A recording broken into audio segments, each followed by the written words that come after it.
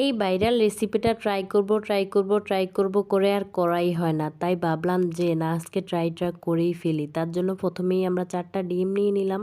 যেহেতু আমরা ঘরের 4 জন সদস্য ছিলাম। তারপর আমি আস্তে, আস্তে সবকিছু কেটে নিলাম সবজি যা, যা লাগবে। আমি আজকে যা, যা দিয়ে এটা বানাবো তার জন্য আমি নিয়েছি শসা নিয়েছি, কাঁচামরিচ নিয়েছি, শুকনা মরিচ নিয়েছি, পেঁয়াজ নিয়েছি, ধনিয়া পাতা নিয়েছি, টমেটো নিয়েছি, 2 পিস লেবু নিয়েছি।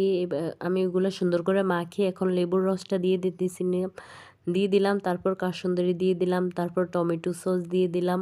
তারপর দিয়ে দিলাম এই রেসিপির সবচাইতে ভাইরাল যেটা সেটা হলো চাটনি।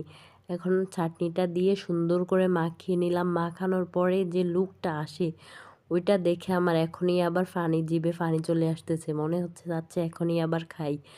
তারপর সুন্দর করে মাখিয়ে ওইগুলা দেন আমি তো একা, একা আর ডিমটা ভিতরে দিতে পারছিলাম না। তাই ভাবিকে বললাম যে, "ভাবি আপনি আমাকে একটু হেল্প করেন।"